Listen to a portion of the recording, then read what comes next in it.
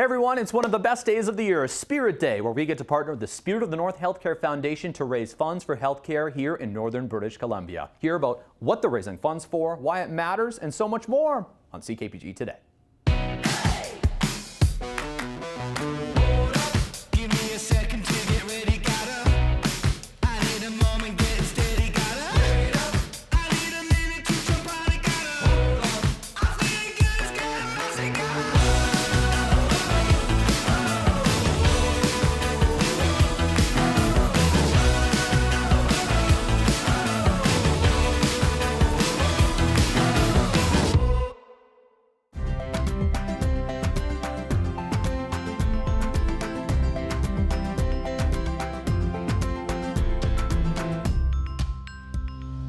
My name is Amy Cassidy, and I'm the CEO with Spirit of the North Healthcare Foundation.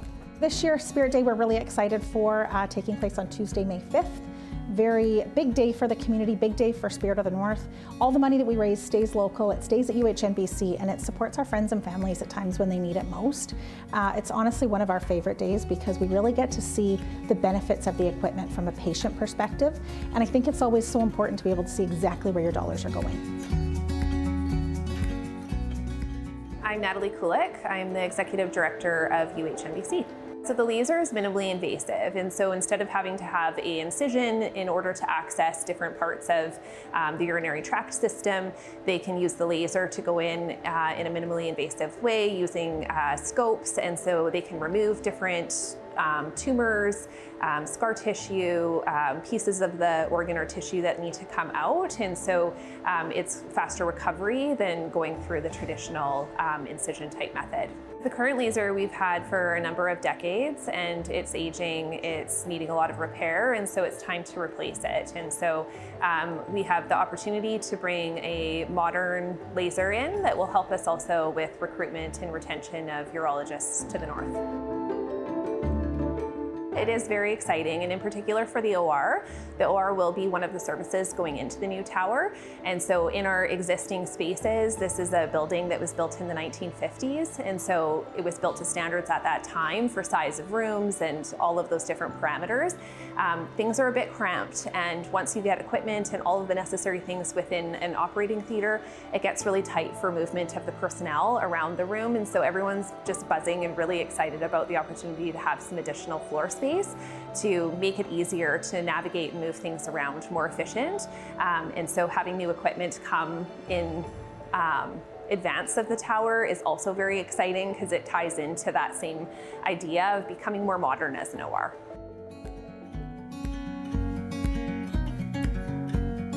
The Lymphedema Garment Fund is a fund that we've had for quite some time, and what that fund does is it covers lymphedema garments for patients that are not covered by BC Medical for those garments. So quite often you'll see seniors that suffer from lymphedema, they're on fixed income, and the garments can be quite expensive. And so we have worked with an amazing team who fundraises every single year to make sure that fund can stay operational, and we actually cover the cost of those garments for those patients.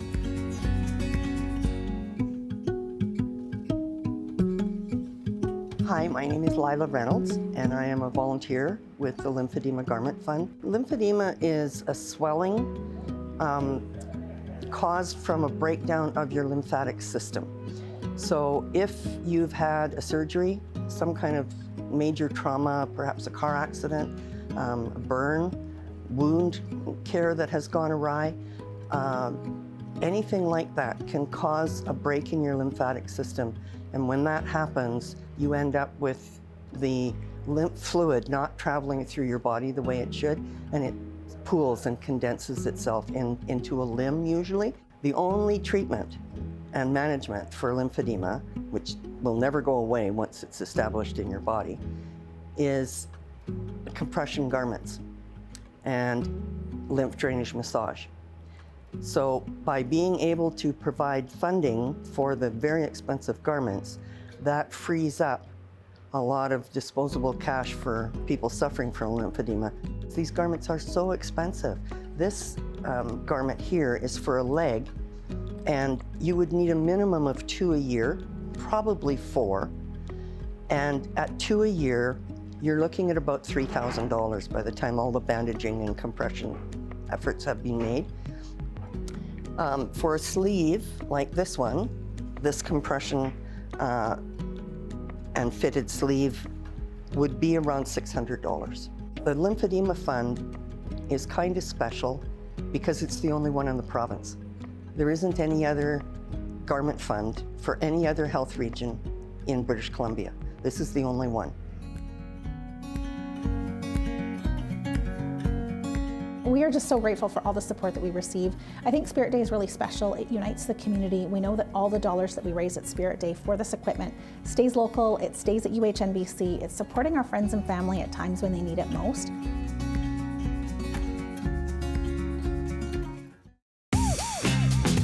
Miss an episode? That's okay, life gets busy. We get it. Or maybe you didn't miss anything, but you're here to watch that one feature again because honestly, it was that good. No judgment. Here's the good news. You can relive every moment of the CKPG Today show whenever you want. Head over to ckpgtoday.ca, click on the Today Show tab, and voila. So grab some snacks, kick back, and binge away because let's face it, life's too short to miss out on great local TV.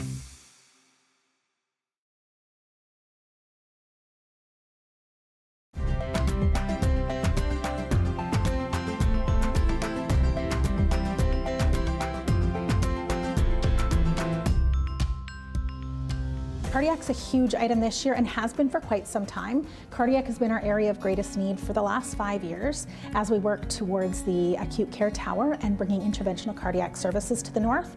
So this year, really big pieces coming in, and it's all part of enhancing that service while we start to strengthen that team to get them ready to move into the tower. Lots of moving parts to it, but we're really excited with the new expanded service. So you're going to see defibrillator implantations taking place in northern BC. That's really big, as well as synchronized rhythm therapies that we're not currently doing right now. So it's a big new service that will treat all of our friends and family when they need it. My name is Yasser Ahmed. I'm the regional lead for cardiac and stroke in Northern Health. The diathermy machine is a critical piece and tool that are used in many surgical procedures, including heart procedures. They do help surgeons to work with precision, to control bleeding, to be able to create a pocket where life-saving devices really sit in the patient. And they are important to reduce the recovery time compared to conventional surgical tools. Our cardiac patients who needed to access this service had to go to the Lower Mainland, Victoria, or Kelowna. And as of May 1st, 2026, this is a landmark day for cardiac care in the North, where today we have done the first case of an implantable cardioverter defibrillator. These are procedures that are done for patients who have serious and fatal heart rhythm conditions like cardiac arrest and ventricular fibrillation. So that's an exciting milestone for our program. My name is Ahmed Merghani. I'm a cardiologist here in Northern Health. This was a monumental day here for our patients in Northern Health. We implanted our first defibrillator devices. Actually, there were generator changes today, but the plan is to implant defibrillator devices and more complex cardiac resynchronization therapy devices. It went very well, yeah. I mean, the patients that we had were over lower kind of complexity, but the procedure went very well. The patients were very happy not to have gone down south and wasted that time and money, so they were very grateful.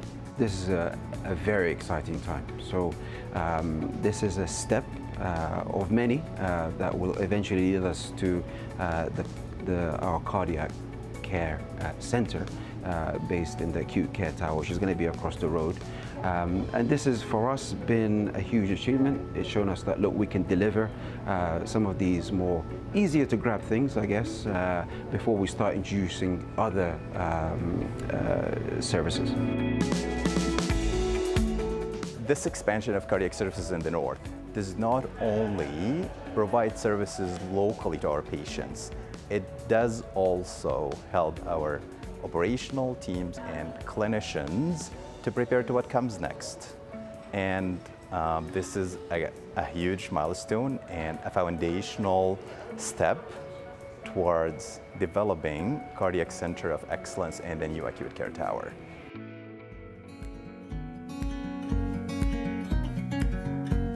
Thank you to anyone that's donated so far. Thank you so much. We can't do this work. We can't bring in this equipment without your support. And we are just so grateful for everyone's trust in the foundation and the work that we do. We're really excited about these equipment additions to UHNBC and really excited to see us continue to strengthen healthcare for our Prince George residents.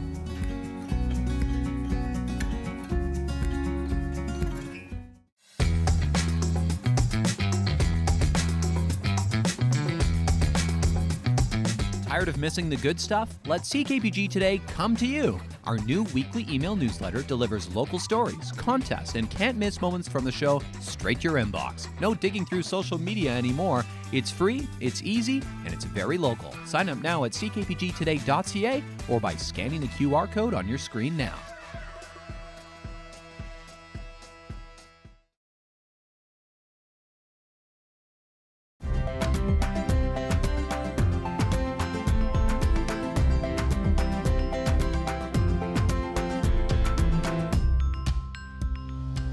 Anytime that we can have equipment at our fingertips during obstetrical emergencies, that's critical. That's the difference between very, very catastrophic situations for our patients.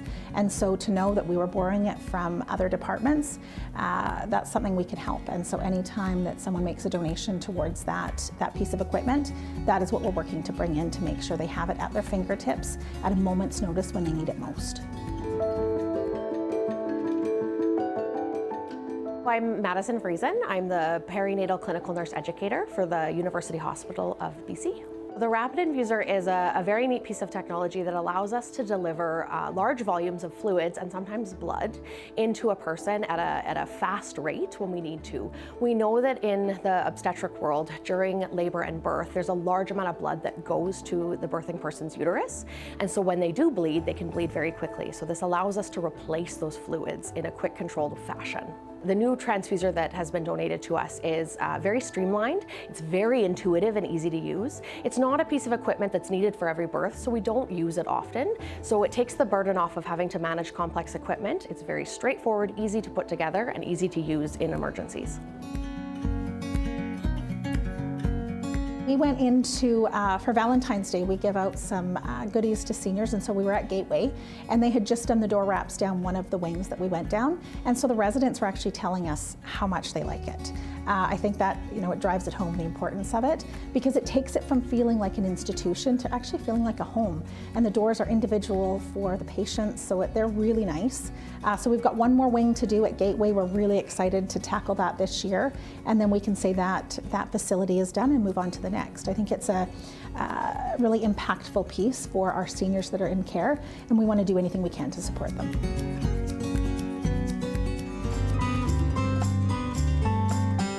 My name's Jamie Wilkins. I'm the recreation therapist here at Gateway. The reason that we sought out to wrap all the doors here at Gateway was part of a dementia care project to make the environment feel more like home for our residents. The feedback's been really positive. Residents and their families find that it does enhance the home-like environment here, and it also helps with wayfinding. So rather than all the doors being the exact same, each resident has their own unique design, their own color, and it may facilitate them being able to find their personal space. There was a lot of buzz around the unit on that time on what was happening, and I think the residents felt really involved in the home improvement project, so to speak, of what was happening.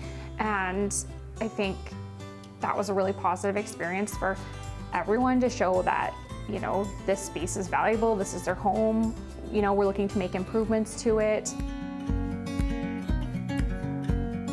A pediatric MRI coil is actually especially for children, so it's a little bit smaller and it allows them to get clearer images, and that's crucial when kids are getting MRIs. As a mom myself, I know anything that we can do to make those tests run quicker and run smoother for our little ones, we want to do that, and so that's what this piece does. It'll get the exams done quicker and it'll get clearer images so they don't need to go back and have them done again.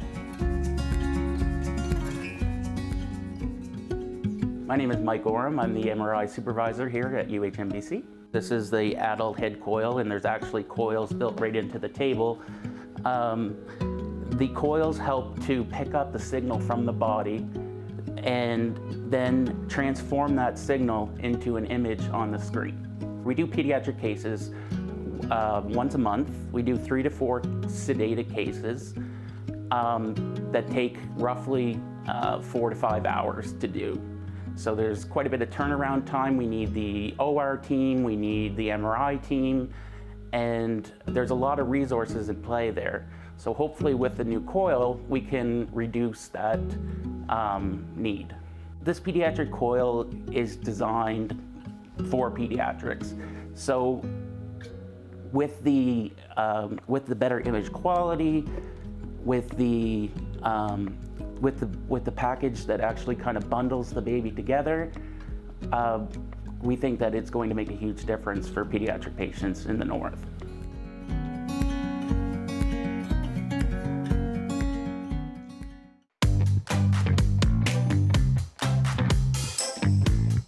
Taking a look outside at our CKPG snapshot of the day from Melissa Hathaway, who caught this beautiful scene along Stewart Lake recently. You can see things looking like summer, right? Maybe not the water temperature, but the leaves will come, the water temperature will also come, and then it'll be time to enjoy. Beautiful sunset here to make you enjoy the scenes of Stewart Lake, one of the most beautiful parts of our region for sure. If you have a snapshot, folks, we'd love to see it. Snapshot@ckpg.com is our email.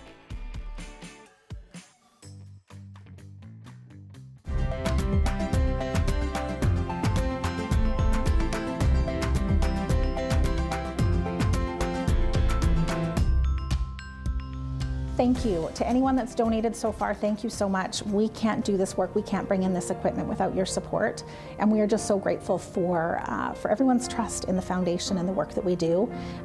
We're really excited about these equipment additions to UHNBC, and really excited to see us continue to strengthen healthcare for our Prince George residents.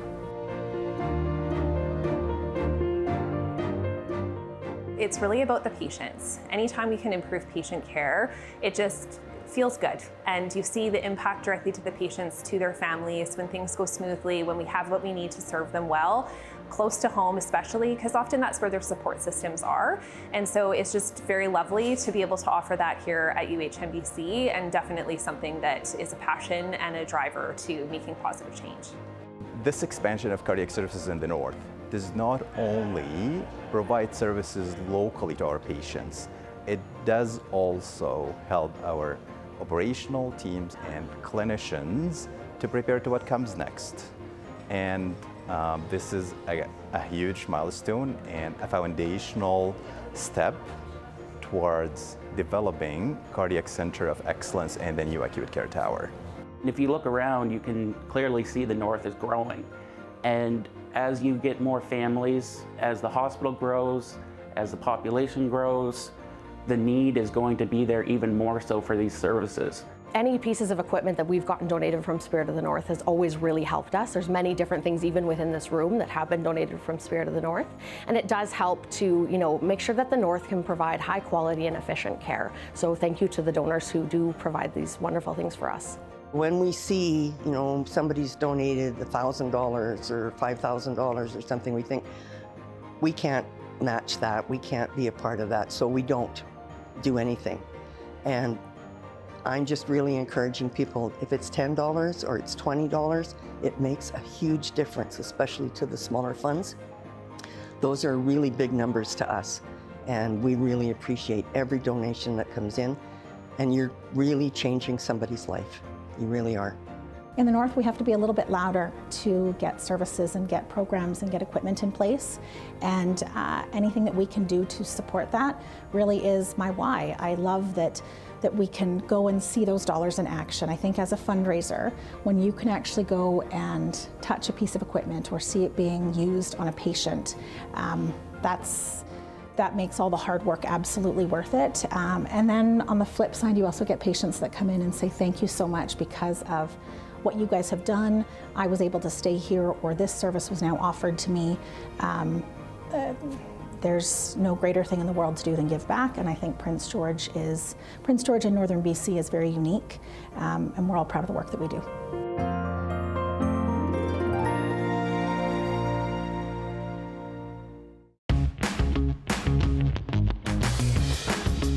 Hey there, got an idea or suggestion for the show? Reach out and connect through our social media or send us an email at letstalk@ckpgtoday.ca. Of course, great to learn about all the healthcare heroes we have here in Prince George and the great work they do behind the scenes. It is fascinating how much math has to happen within the realm of healthcare. Today, in local history, we're not looking back on healthcare, but we are looking back on math, a math competition I'm sure some healthcare workers here in Prince George took part in over the years.